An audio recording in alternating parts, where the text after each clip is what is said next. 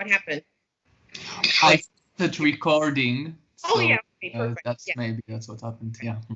If you want to work on vowels, specifically, we will have to work on the Vocalise as well.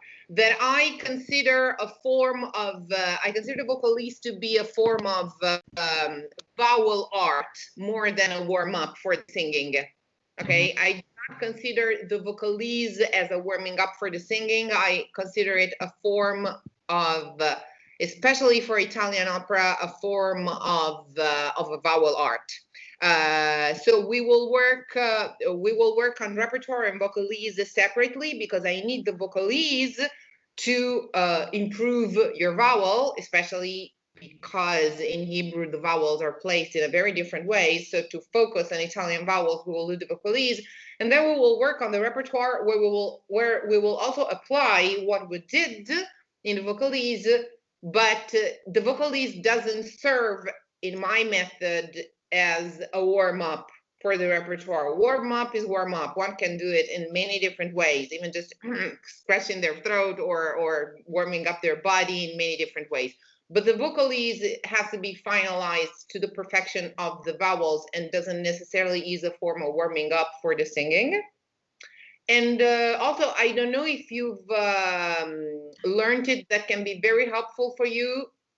I wrote a book as well with a lot of Italian diction rules as well. It's out in English since September, so that's an option too. Because now that we will start working, you will see that I will mention little by little a lot of rules of diction that I have included with my method in this book that I wrote because it was a lack in the publishing world. That I mean, up until my book, no Italian lyric diction written by an Italian existed ever, as weird as it may sound. So I wrote it because of that.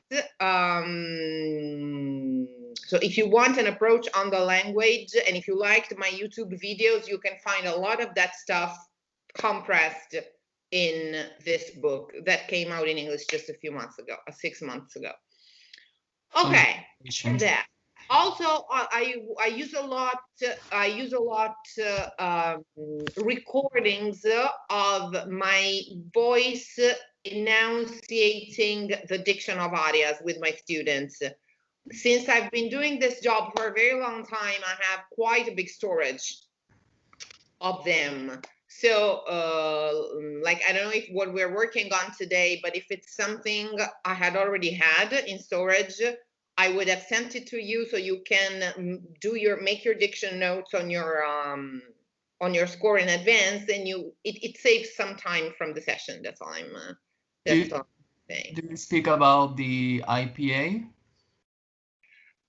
Sort of, yes. Okay. I also use the IPA. Okay. I'll just give you a visual example. This is my book. This is the book I'm speaking about. Okay, so this is the aria of Figaro, the largo al factotum. On one row, you can see the Italian writing. Yeah. On the other row, you can see the diction, the way I've put it, and of course it's explained. So it's sort of the IPA, but I think it's something simpler than the IPA. I didn't use mere IPA in Cantare Italiano because the IPA, Italian is very simple. IPA is very complex, and most of Italian orthography is already in the IPA because A is A. I mean, there are not a lot of differences. I used a little orthography for the open E's and O's, making them derive, as you can see from this circle, from the vowel A, because for a singer, they are more comfortable to understand physically when you place them in the same spot of the A. And then basically, Italian alphabet is simpler than IPA. So if you need it for the Italian singing, IPA is basically, it would be visually more complex than the Italian alphabet. Italian alphabet is, for Italian language, of course, is quite appropriate. What would you like to work on today? Do you have an idea already? Do you have something you have already sung that you want to, Yes. I don't know? Yeah, Una Furtiva Lagrima. Okay, I will grab the piece, and this is what I will do with you.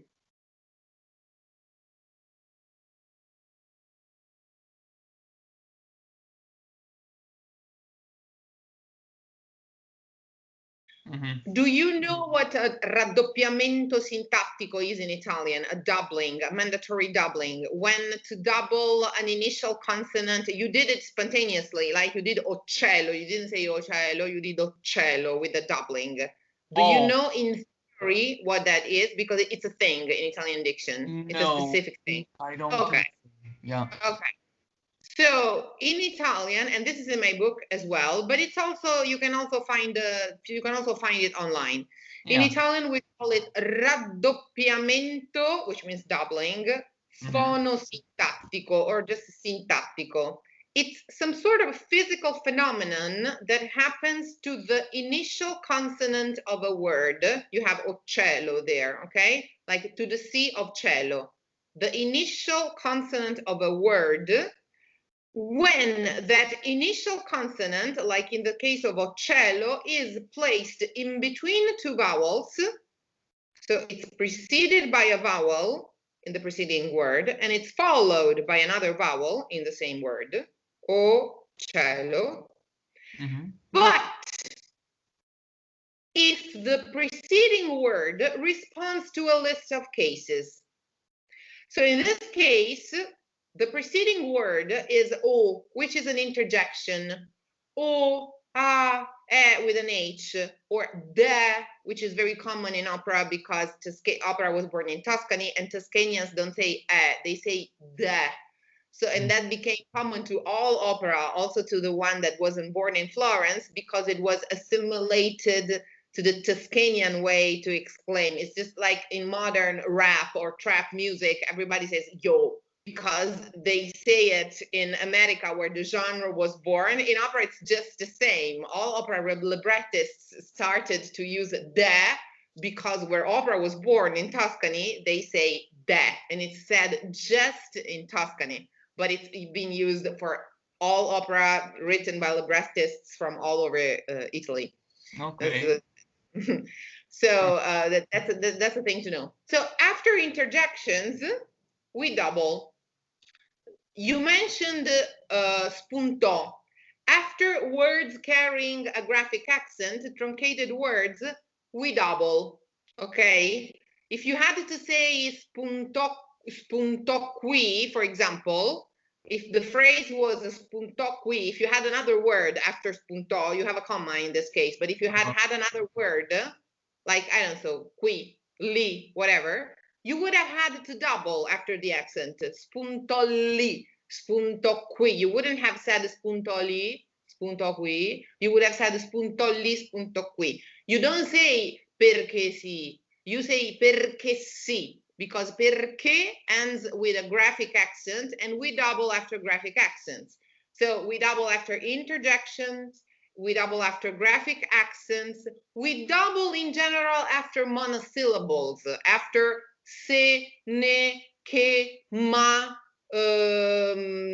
we double after monosyllables.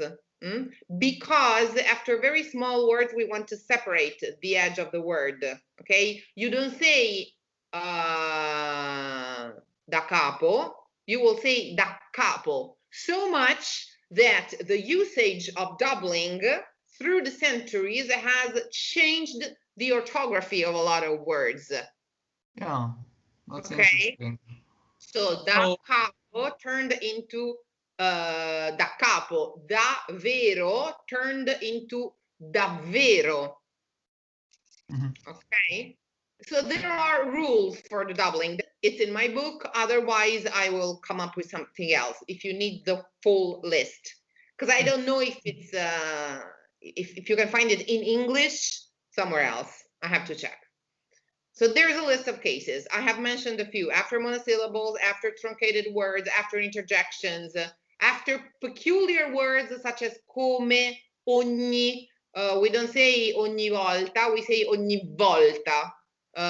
We don't say come sempre, we say come sempre. So this physical phenomenon of the doubling happens in specific cases. Okay, there are rules. So I'm asking because in this aria, in Una Furtiva Lagrima, you have quite a few, and I wanted to know if you knew what you were doing or if you were just playing it by the ear. Yeah. You see what I mean?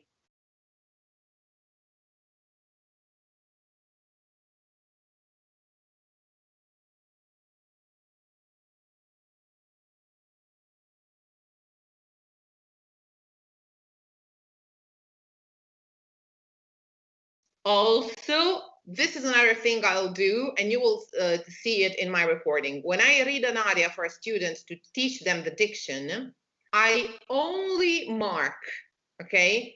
I only mark open vowels. Because open vowels, you know that only on two graphemes, on two vowels, you have the option of opening or closing in Italian, right? And they are the O and E, correct. For the grapheme of the O and the grapheme of the E, you have the option of opening or closing. So you have E and E and O and O. These vowels, although they are written the same, E is written just as the E sound, and the O sound is written just as the O sound. They are written the same, but that's very deceitful because these two vowels reciprocally have nothing to do with one another. They're very different because the open E and the open O are derived from the A. As you can see here, like visually, you need to have this image. The open E and open O are derived from the A, okay? The closed O is derived from the U. The closed E is derived from the E. And the E and the U are very close together, so much that in French and in German, they are barely distinguishable. Okay, when I read the diction of an aria for a student, I only mark open vowels because the main rule in Italian diction is that a vowel, an E or an O, can be open only if it's strong, if it's the vowel in the word that carries the metric accent. So if it's the strong vowel, it has the option to be open. It doesn't have to be, it can be, okay? It can be. Like in the case of spuntò, the strong vowel of the word, which in Italian is just one, every word has just one strong vowel. In the case of spuntò, it's the final O, and it's open. In the case of occhi, occhi is a bisyllable, okay, two syllables. The tonic syllable is the occhi, the first one, okay? So the tonic vowel in occhi is the initial O. Being an O, it has the option of being open or closed, and in this case is open. But for example, in the word giovani, the tonic vowel is the giovani. Tell me, which one is the tonic vowel? Where does the accent, metric accent fall? Giovani. The first one. The first one. And if you check on Treccani, you will see that in this case, it's closed. It's not giovani, it's a giovani. Okay?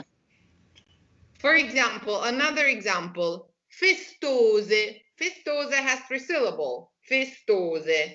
The tonic one is the second. The second one. If you check on Treccani, you will see that that O, that is the strong one, is closed. It's not festose, it's festose.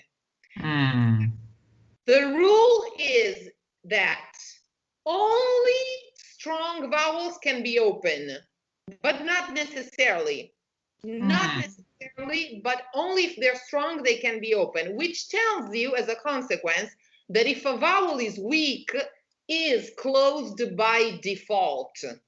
You know for a fact that if a vowel in the word is not the strong one, it is closed. So in festose, If the strong one is the O, festose, the other two E's, being weak, will be Closed. Once you know this, you know how to figure out 90% of words. You only have to check when you have a doubt. If the tonic vowel is an E or an O, you have to check if it's open or closed. But every other one will be closed because it's weak. Whatever is weak in Italian must be closed because it has to slip away. It doesn't have to carry a spare accent because the music was written in that order. So when I read an aria, I just mark open vowels. So you will only read a sign whenever you have to open, and they will be very few signs. So I only mark open vowels because they are a spare minority in the language, and you will have fewer signs. So your mind will know how to react only when it sees a sign and will know that it has to open the vowel. And I only mark mandatory doublings that are, of course, not the spelled doubles, like bello, I don't know. Bello, yeah. Bello, if you see a double consonant, you have to pronounce it, of course, every time. Affetto, both of them very well, every time. Consonants that are spelled double in Italian are to be pronounced energetically every time. But there are also doublings, as I just told you about the raddoppiamento, that are not spelled. And that's what I tell you when I read the diction for you. Okay, so that's what you find in my recordings. Open vowels and doublings.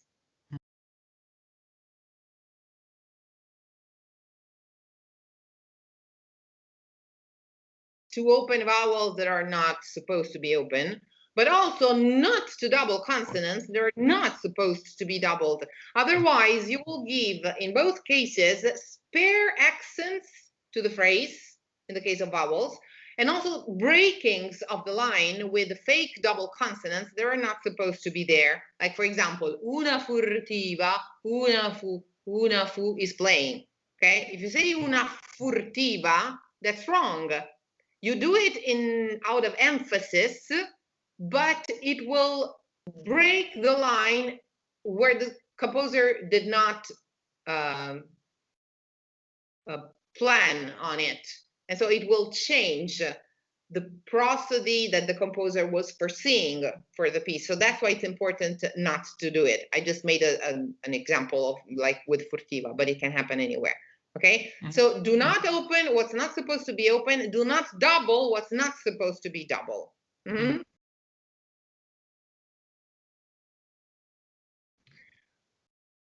Una furtiva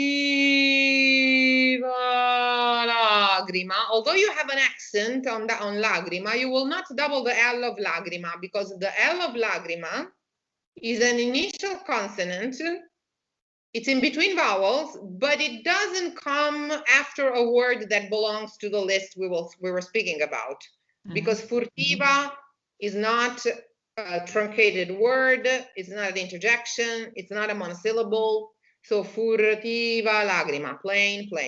Una furtiva lagrima. In order to give that accent, you will do it on the vowel, not on the consonant.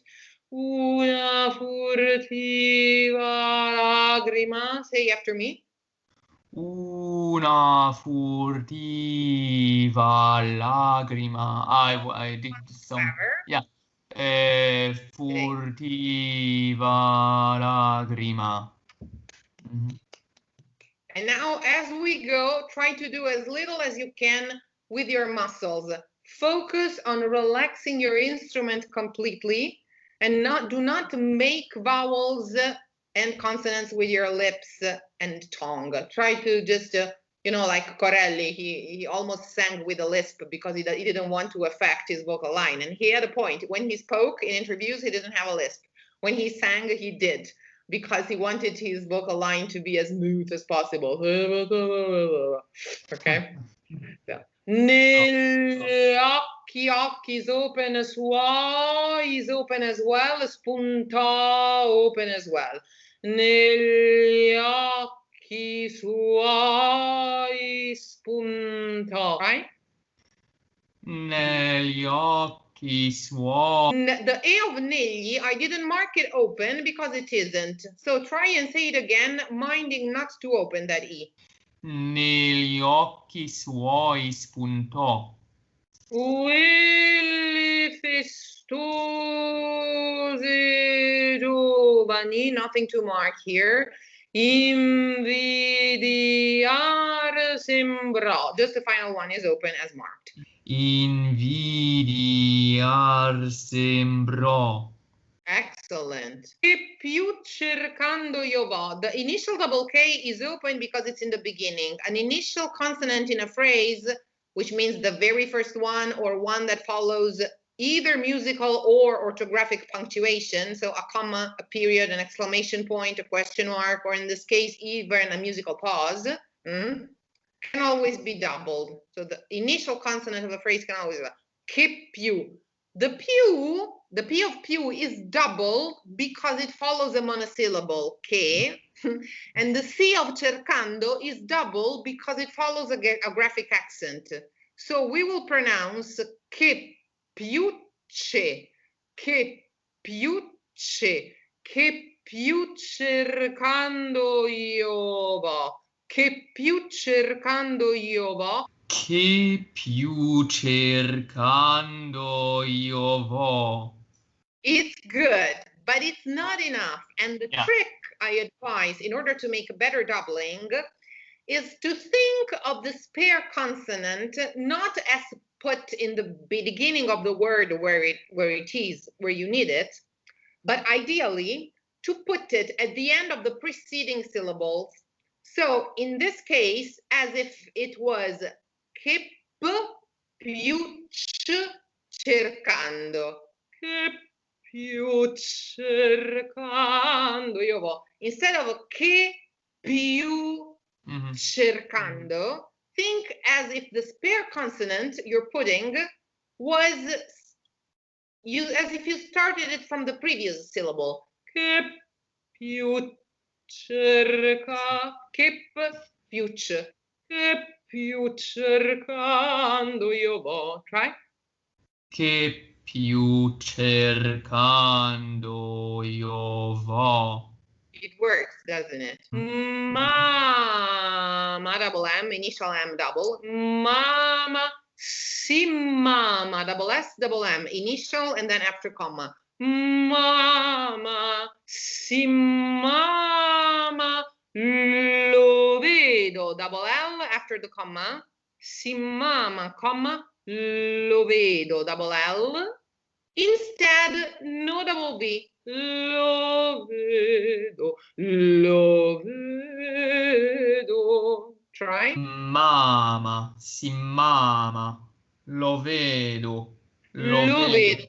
No opens. Lo vedo, lo vedo. Lo vedo, lo vedo. Un solo istante i palpiti, nothing to note, del suo bel cor is open, sentir, del suo, technically, sorry, my bad, also bel is open, because it's the short for bello, and although it becomes a monosyllable, bel and the ben are considered full forms of bello and the bene, so they're open. Del suo bel cor sentir, un solo istante i palpiti del suo bel cor sentir. Try. Un solo istante i palpiti del suo bel cor sentir. Excellent, very good. I miei is open, sospir confondere, i miei open, sospir confondere, per poco is open, and watch that double K you did in poco, because it's not there. Per poco, it's plain, it's just one. Per poco a suoi sospir. Try. I miei sospir confondere per poco. No, wait. Yeah. A suoi poi sospir. Excellent. Ok. Just one note, like in the case of confondere, when the vowel is closed, you have to make sure that we don't hear the process of closing the vowel. In this case, I will magnify of many times what you just did. That's not what it sounded, but in order to make you understand it, it doesn't have to be confu. Otherwise, if we hear like the lip process of closing the vowel, the lips will physically touch the waves of voice and will deform them. So we will hear a slight distortion of the sound. So you have to be fast enough and also relaxed enough with your lips to avoid this physical phenomenon of distortion that the lips can make on the waves of the voice. Not con fu, but con fu, confondere, So confondere. you don't round your lips at all when you sing o or o? It's not part of the bel canto technique. It's not part of the Italian bel canto technique. It's an interjection of other techniques that comes from other languages. Sometimes it's also a quick adjustment that a lot of voice teachers ask their students in order to make their sound rounder when the sound isn't properly conceived or placed, and there is not a proper vowel underneath that sound. But the rounding of the lips is not part of the Italian bel canto technique. If you go back to the bel canto treatise of the 1600s and 1700s, there is nothing about it. The rounding of the lips, the usage of the lips altogether is not part of the Italian bel canto technique. That's very important to know. No lips at all whatsoever. Okay. You have to like a Raffaello painting all the time. Like it has to be invisible. That is the very concept of a coverage of the sound, what we call suono coperto. Coperto, not as in, but as in concealed, as in so natural that I don't have to be able to read your lips. Literally. Okay? That's interesting. So, no usage of lips in Italian bel canto. The rounding of the lips, the usage of the lip of the lips, even in vowels as o and u, is not contemplated. The sound and the vowel have to be concealed, coperte, at all times, which means hidden, literally hidden to the sight, at all times. So, confondere. Try and say it for me. Okay. Confondere. I'm using my lips, yeah? Confondere. Confondere. Confondere. Can you look at yourself in the screen? Say again. Confondere with the most impassible expression you can find. Confondere. Look at your lips. Keep them there. Confondere. Perfect. And as you sing this, you can do it as an exercise, even with your phone. So you can look at yourself and record at the same time with the selfie mode of your phone. Yeah. Do it as a training. Do it in front of the camera so you can check your lips as you sing. And then also you have the recording. You can record or not record, but if you do it with your phone, it makes sense if you record. Because it matches the visual to the audio, and you'll see how the minute you start doing something with your lips, it will affect your sound and your vocal line. That has to be smooth and placid at all times. Cielo, open the cielo, sospir. In this case, you have a slur that brings you from sospir to cielo, so you cannot breathe. You have to breathe after cielo. But even if you don't breathe between sospir and cielo, you do the doubling. Confondere miei coi suoi sospiri, cielo. So you don't breathe, but you double. And in order to double in between two consonants, such as the final R of sospir and the initial C of cielo, you have to put a schwa in there. You know what a schwa is because you are from Israel. So you even know what schwa means, actually. Yeah. Sospir cielo, sospir cielo, sospir cielo. In order to make a doubling, you need a vowel between the consonants you want to double. Spir cha. That in this case will be a schwa. Pavarotti was the master of them. How should I write it in the score? You write it as an E upside down. Oh yeah, like a schwa, yeah. Like a schwa. Yeah. Do you write it in front of the second word, in front of cello, or before? That's a very good question. I would write it in front of the second one, but it can vary accordingly with the musical writing. I have never asked that's a very good question, and no one ever asked it to me, and I didn't even ask it to myself ever. Okay. Very good question. I'm going to say in front of the second one, but it may vary accordingly with the musical writing and even with how the music is printed on the page. Può morir is double because it comes after an accent. So as you can see, after si, we don't double. Si può. We don't say si può. We say si può. Cielo si può morir. I repeated it so many times. Cielo. Let's go back to I miei sospir confondere per poco ai suoi sospir. That's where we left. I palpiti sentire. It was just that one, and there's nothing to note, but we skipped it. I palpiti sentire. I palpiti. I palpiti. What did I do wrong? The initial double, you strengthened the initial P a little bit. I palpiti. You have an accent, but you will do it on the A. Also because in a word such as palpiti, and that's true for many words, you have a cluster of consonants in the middle of the word because you have p.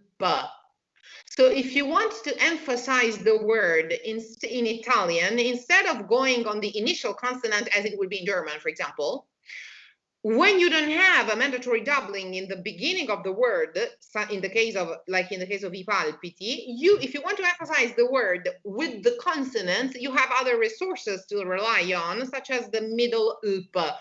I palpiti sentire. You can emphasize other consonants in the word. They are not necessarily the first one if you're prevented by a rule not to. If you see what I mean. Confondere I miei open co suoi open sospir. Di più non chiedo. Okay, di più non chiedo. The D is double after the punctuation. Okay. The N is double after più. Di più non chiedo. Di più non chiedo. Di più non chiedo. And chiedo is open. Non chiedo. Double N after the comma again, and chiedo is open. Non chiedo. The second N? Allora, you double the initial N of the first non because it comes after più, after a graphic accent. Then you double the initial N of the second non chiedo, because it comes after a comma. Okay. So più non chiedo, non chiedo, più non chiedo, non chiedo. Okay. When you say cielo, I know it's spelled the I. We write it C-I-E, cielo, but we don't pronounce it. Of course, we had to put an E there, an I. We had to put an E because in Latin it used to be ae. So it came because if it wasn't there, we would still pronounce cielo. Anyway, in the pronunciation in Italian, we don't say cielo, we say cielo. Cielo. Cielo. Cielo. Double C again after the exclamation point. Cielo, si può double S, si può double S, mo double M morir, di più non chiedo, non chiedo, and so on. Would you like to kind of chanting it, mark it a little bit, top to bottom. You don't have to sing full voice, even just marking appoggiato, but with diction. So, Una Furtiva Lagrima. Give the accent on the vowel with the appoggio. Una Furtiva Lagrima. In order to give that accent. Una Furtiva Lagrima. Negli occhi. Don't open it only because it's a G. Do not open the vowel. I'm so used to seeing all those vowels open, you know. I know. Focus on the diction, and also the fact that a vowel, this is very important to understand. The fact that a vowel is phonetically closed doesn't imply that you have to keep your throat closed when you say it. You can say a phonetically closed E with an open throat. Of course. So if you want to open your throat, you don't have to say an open vowel. You can say and keep it closed, even opening your instrument. Although when you're speaking very well, you barely need to open your mouth at all. Yeah.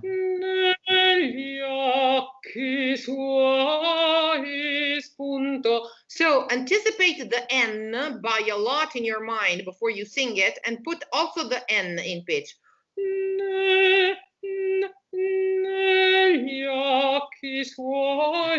Right?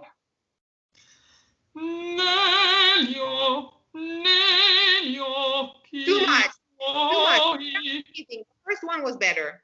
The first one of the two attempts was better, without squeezing.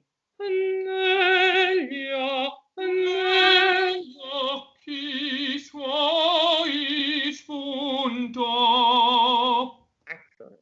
The Q in pitch, nothing is open, relaxed.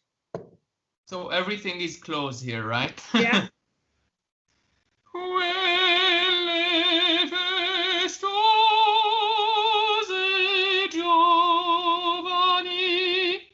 It was open. Giovanni. It was perfect. How much sense it makes. How beautiful the line is. It kind of, I don't know if it's as obvious for a non-Italian ear the way it is for me. It's not. No, it's not. Oh, no. It is. It suddenly sounds so familiar. Oh, that's great.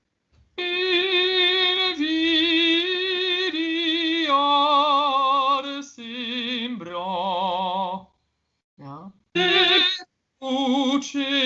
Cercando io vo, più cercando io vo.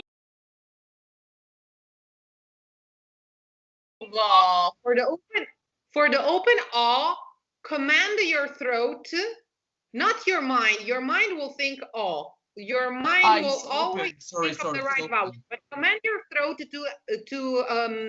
to adjust as for the ah.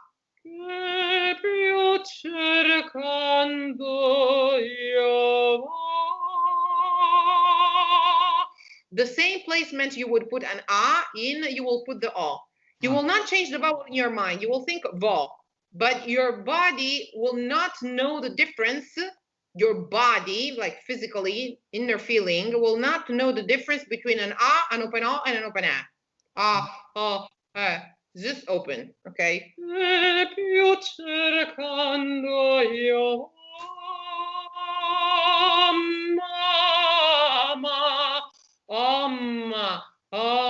Same placement.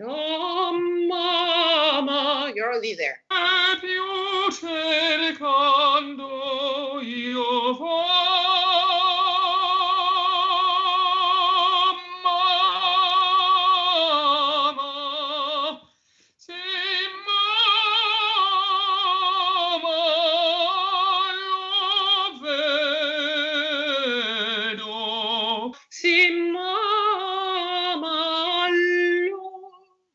The double L.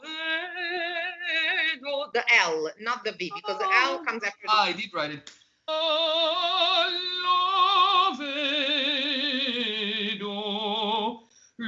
vedo.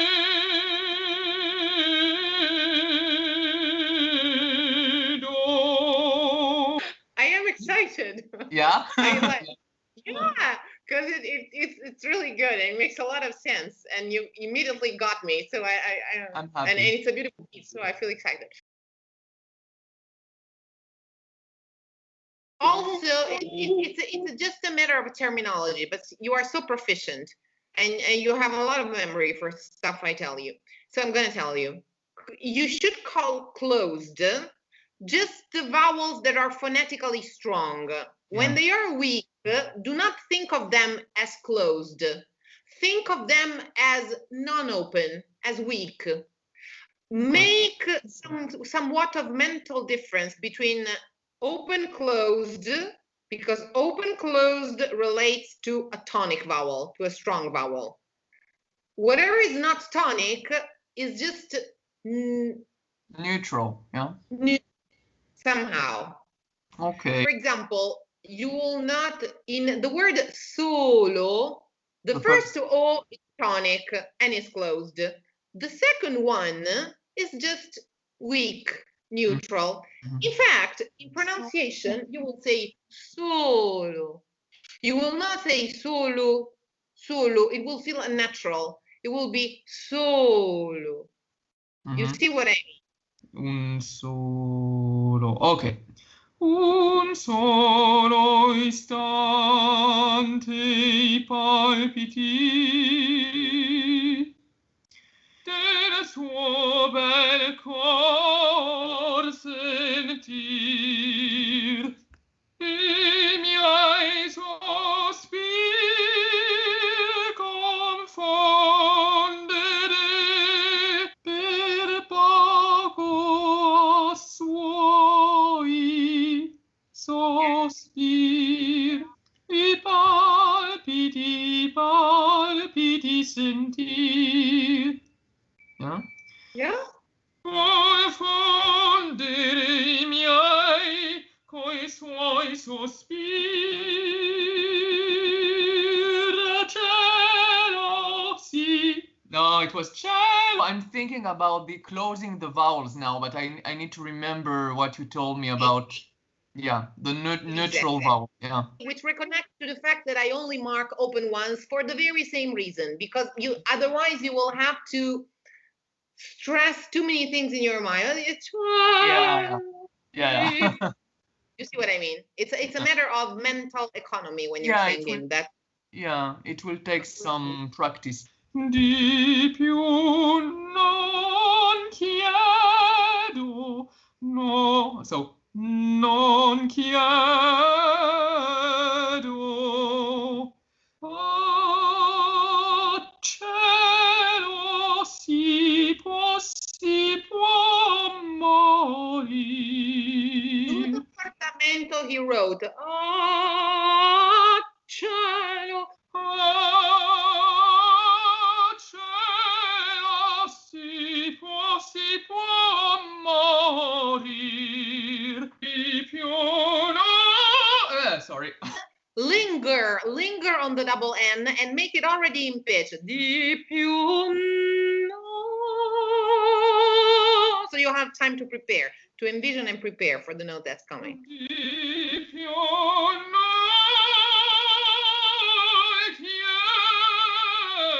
chiedo, non chiedo. It's open. Non chiedo.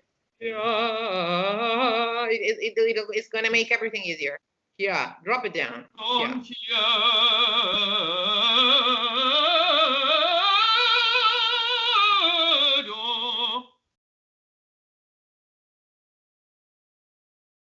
the secret is not to sing and think at the same time. Your mind has to be in advance. Like a pianist, when they have a change of position, they have to be there with their hands before the sound is heard. Otherwise, it's too late. So just be a tad ahead. You cannot be synchronized, thinking and singing. Thinking has to be a tad ahead of the singing at all times. So just envision it, hear it in your ear, 1 split second before you actually sing it. Right. And don't even rush it, so we will desire it more.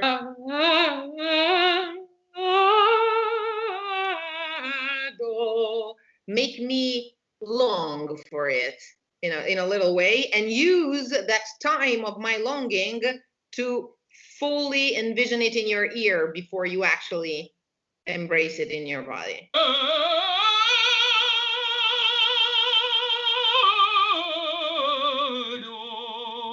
Linger it a little more, linger on it a little bit more. Do not smash it right in the tempo. Do a tad of ritenuto and see how it helps you. And also try to get rid of your hand because it disperses energy. Just use your whole energy focus in your mind for this prevision that's coming. Take all the time you need. Give yourself resting spots, like appointments. Da, da, da, da, da, da, da, da, da, da, da, dee, da. They all have to be there. 1 vowel for each dot, but then there has to be 1 master for each group that you have to anticipate. Ta da di da di, ta da di da da. Wait. And if you feel anxious, wait more. Si può morire. Don't squeeze it with your don't squeeze it. Si può morire. And it's the same thing you did on the high air of chiedo. You stiffened. Good. You stiffened a little bit of something in your throat. You have to resist. You have to resist that feel to find a grip in the upper part of your body when a note gives you anxiety.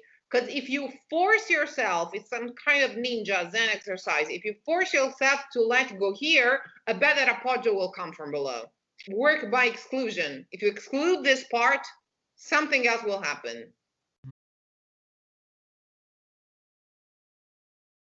Go from the non chiedo, slow down before you get there, and force yourself not to change anything, not to cover with your palate. Do not change. Keep your mouth voluntarily still, almost unnaturally still. Do it as an experiment. Everything gently, caressing, not pushing. Non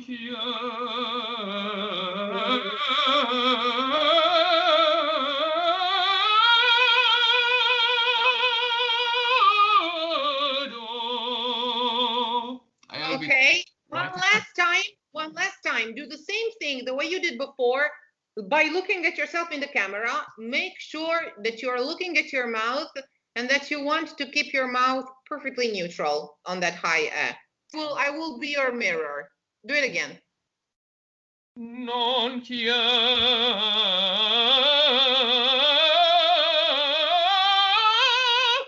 no, it's really stressed now. But you changed your face. You've changed your expression. I saw fear preceding the notes, and the note was consequent.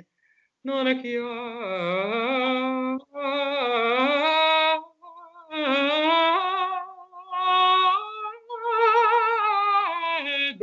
Start from the outside. Non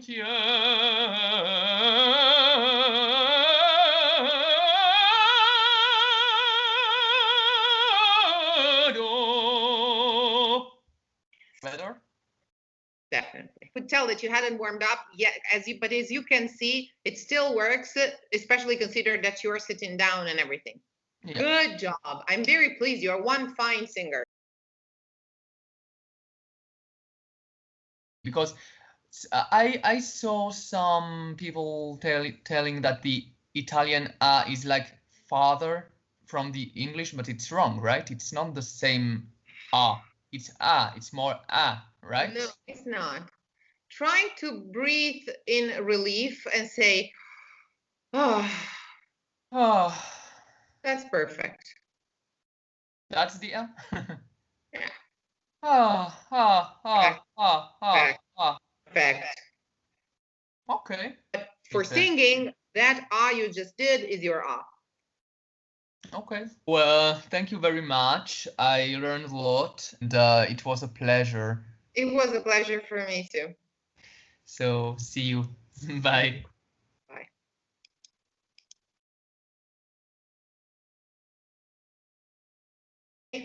Reading left to right, if the accent points down, it means that it's grave and that the vowel is open. If it points up, it means that the accent is acute and the vowel is closed.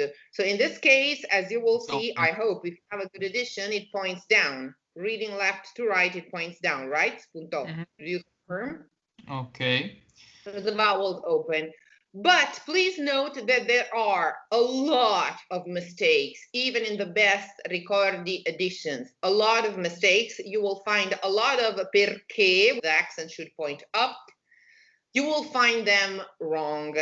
So always check when you're not sure. And the best way to check the orthoepy, the right pronunciation of a word, is to type it on Google with the word Treccani, which is the best Italian online encyclopedia, and they report the pronunciation of every word. Okay, Treccani, spelled Treccani. You will type, for example, in this case, you will type spunto Treccani on Google, and the first result will give you the orthoepy, the pronunciation in the IPA in between slash bars. And that's for any word, Italian word you can think of. Always search on Treccani when you're not sure.